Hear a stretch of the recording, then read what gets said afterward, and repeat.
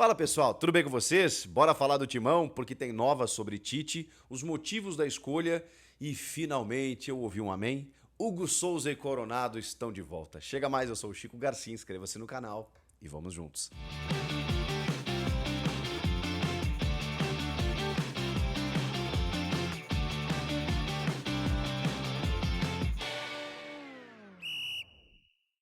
Aliás, deixa eu te dar uma dica muito importante para quem quer começar a investir e não sabe como. Muita gente me pergunta aqui no canal, pois é sobre isso que eu quero falar com você. Eu sei que bate aquela insegurança, a gente trava, eu já passei por isso. A gente ouve termos como cripto, ativos digitais, e aí parece meio perdido, parece meio complicado, não tem a melhor informação.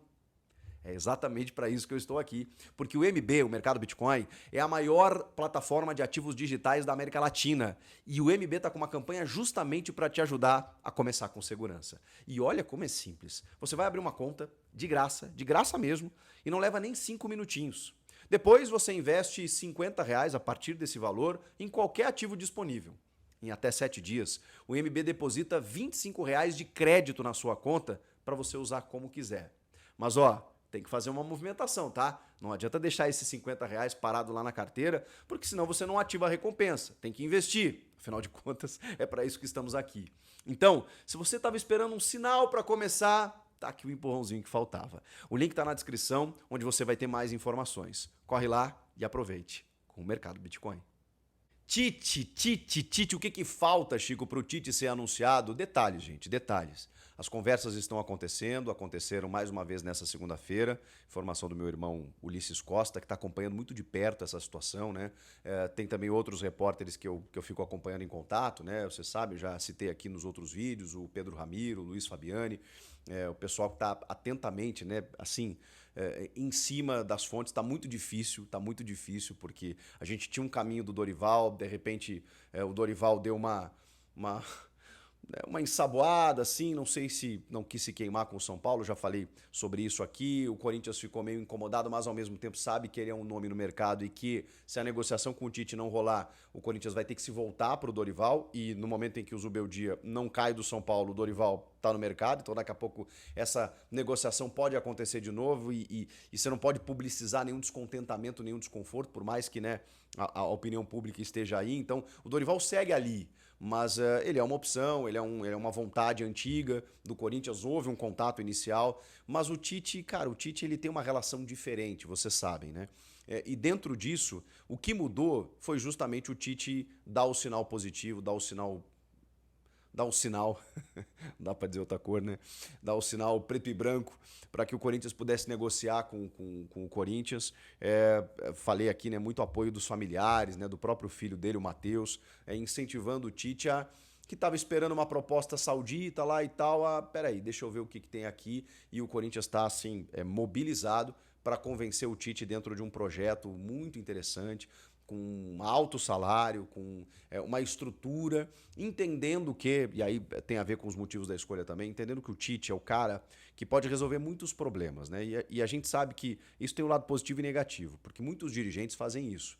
Quando vão contratar um treinador, às vezes você vai por convicção, mesmo que o cara não tenha tanto status, mas entende que aquele cara tem condições de realizar um bom trabalho. Muitas vezes também você vai pelo nome.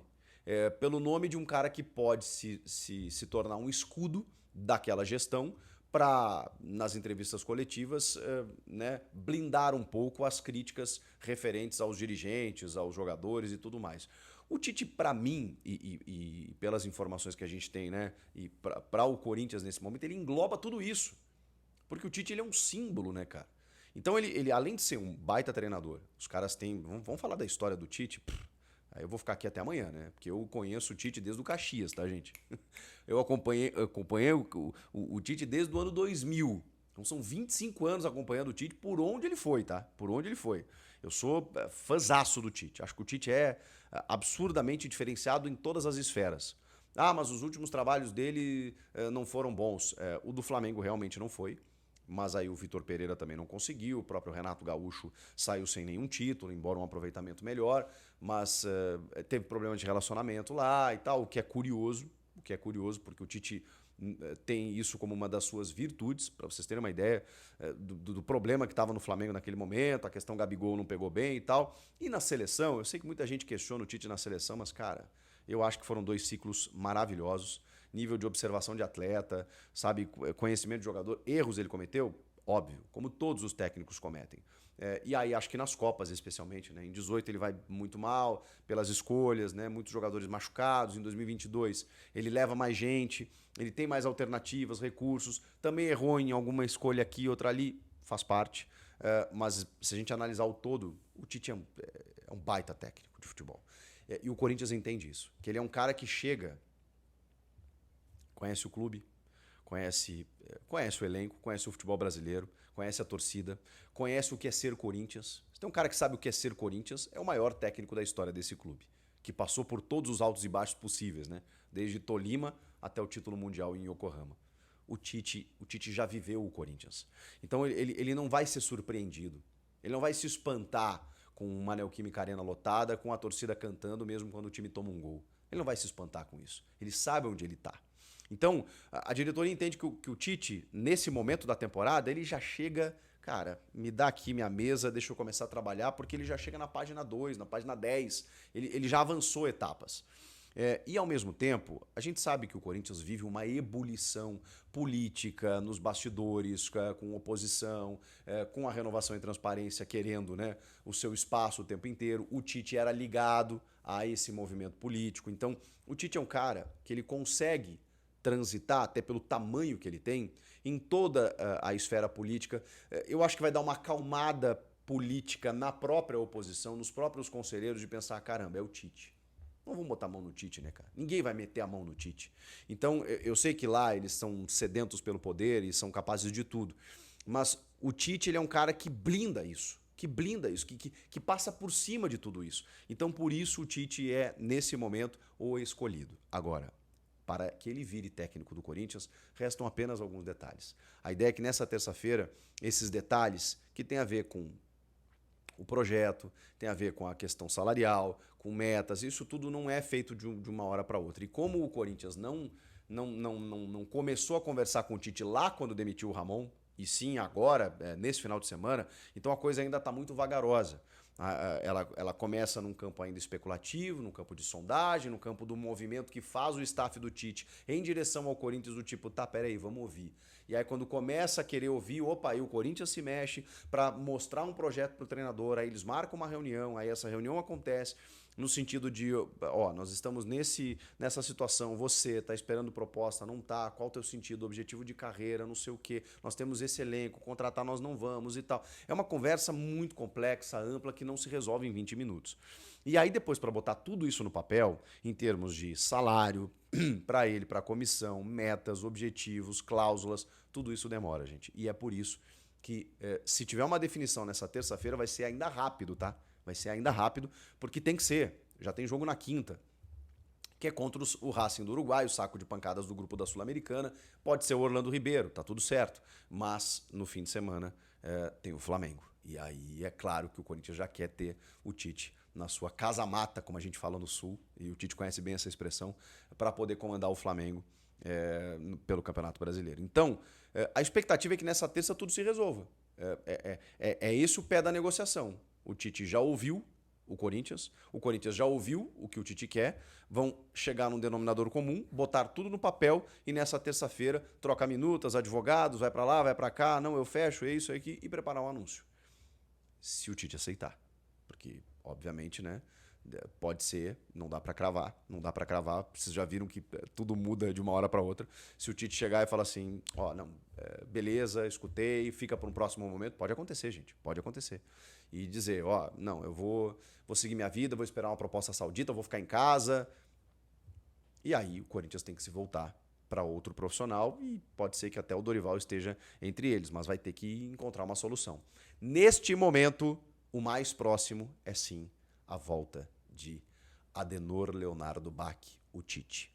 Eu estou me coçando aqui para dizer o que eu penso a respeito, né, do que o Tite poderia fazer nesse time do Corinthians, mas vou deixar isso para para o anúncio, né? Por enquanto era mais passar as informações para vocês de que a situação está andando, né? E que as atualizações elas se referem mais a reuniões que aconteceram no sentido de aproximar as partes e isso está acontecendo. Isso está acontecendo, mas até a definição ainda tem questões burocráticas bem sensíveis ali para serem dirimidas e aí o anúncio acontecer nessa terça. Para a gente fechar, bom, já para o jogo de quinta-feira já tem belíssimas novidades, né? Gente, o Corinthians divulgou imagens do treinamento com Hugo Souza treinando normalmente com bola. Ele mesmo fez uma postagem dizendo que está recuperado, está treinando, voltou a treinar. E, cara, houve um alívio por 30 milhões de alívios, assim, né? O que até é um pecado, né, com o Matheus Donelli, que é um menino que queria muito dar certo no Corinthians, mas ele teve dificuldades, né, nessa ausência do Hugo Souza. A diferença que o Hugo Souza faz para o time, ela é absurda. E o fato dele estar voltando é uma tranquilidade a mais para o torcedor. Então, tá treinando com bola, tá trabalhando. A última vez que ele entrou em campo foi na final do Paulista, lá 27 de março. Então, todo esse período aí, a gente tá falando de quase um mês sem o Hugo Souza, mas ele tá voltando e vai estar à disposição na quinta-feira, vai jogar quinta-feira, especialmente contra o Flamengo no fim de semana. E o Igor Coronado também tá trabalhando com bola, tá recuperado do trauma no ombro, na ausência do Garro, né? O Coronado, não sei como vai ser a partir de agora, né? Porque o Coronado também teve dificuldades físicas, muitas, né, nesse ano.